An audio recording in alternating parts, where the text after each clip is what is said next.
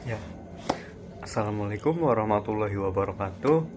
Nama saya Ibnu Kumaidi. Di sini saya akan memaparkan materi tentang pengantar material teknik, materi logam dan hubungannya dengan teknik industri, serta materi heat treatment.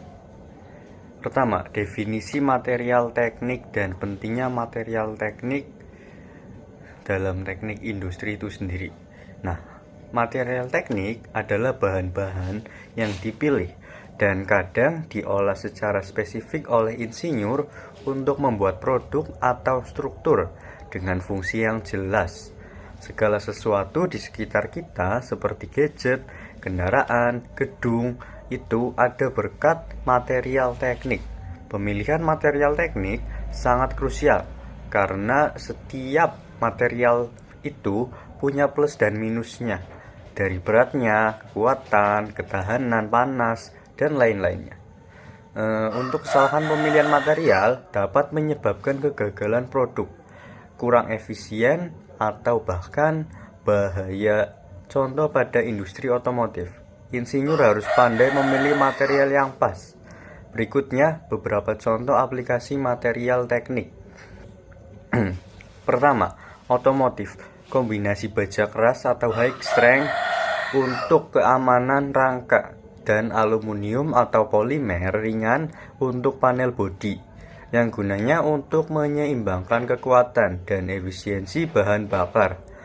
Kedua, smartphone yang menggunakan kaca tahan gores untuk layar, logam ringan yakni aluminium, polimer, dan keramik kecil untuk isolator listrik. Berikutnya, kategori utama material teknik.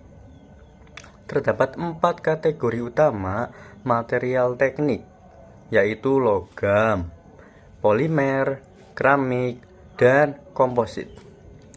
Nah, pertama itu logam. Ciri fisiknya yaitu logam mengkilap, penghantar listrik, dan penghantar panas yang baik. Ciri khasnya itu kuat dan ulet atau bisa dibentuk tanpa patah. Sifat kuncinya mudah dibentuk seperti ditempa, ditarik jadi kawat, dan digulung tanpa gampang patah. Nah, sifat kimia logam yaitu mudah melepas elektron positif, membuatnya gampang bereaksi. Misalnya, karat. Karat itu karena proses oksidasi dengan oksigen di udara. Contoh penggunaan logam yaitu baja pada jembatan, aluminium pada pesawat, tembaga pada kabel. Nah, berikutnya paduan pada logam. Paduan adalah konsep penting di mana logam dicampur dengan logam lainnya atau non-logam lain untuk mendapatkan material baru dengan sifat yang jauh lebih unggul dari bahan aslinya. Contohnya, baja tahan karat atau stainless steel dan juga aluminium. Nah, berikutnya hubungan logam dengan teknik industri. Logam dibagi menjadi 2, ferro dan non-ferro, yang berbasis besi. Contohnya baja, dan non-ferro, contohnya aluminium, tembaga, dan titanium.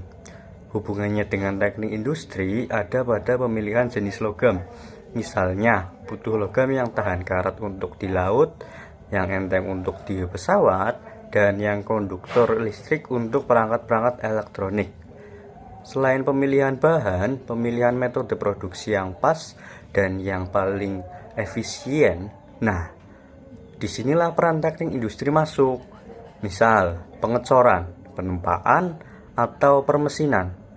Fokus teknik industri itu sendiri bukan pada detail metalurgi prosesnya, melainkan pada optimalisasi proses manufaktur logam agar logam paling murah dan paling cepat, limbahnya paling sedikit, serta kualitasnya tetap terjaga. Kedua, polimer. Ciri khasnya ringan, fleksibel, dan seringkali lebih murah. Lebih murah itu seperti plastik dan karet. Contoh polimer yaitu botol minum, ban mobil, nilon pada pakaian. Nah, itu. Nah, kekurangannya tidak sekuat logam, tidak tahan suhu tinggi, dan isu lingkungan itu lingkungannya daur ulang. Ketiga, keramik. Ciri khasnya keras, tahan terhadap suhu tinggi, dan isolator listrik yang bagus. Contohnya porselen, kaca, busi mobil, dan lapisan pelindung panas pada pesawat ulang-alik. Kekurangannya itu getas atau gampang pecah jika terkena benturan. Nah, keempat, komposit. Komposit adalah gabungan dari dua atau lebih material untuk mendapatkan sifat gabungan yang lebih baik. Contohnya serat di karbon sepeda atau mobil sport yang ditanam di dalam matriks polimer ringan. Kekurangannya itu pembuatannya rumit dan mahal.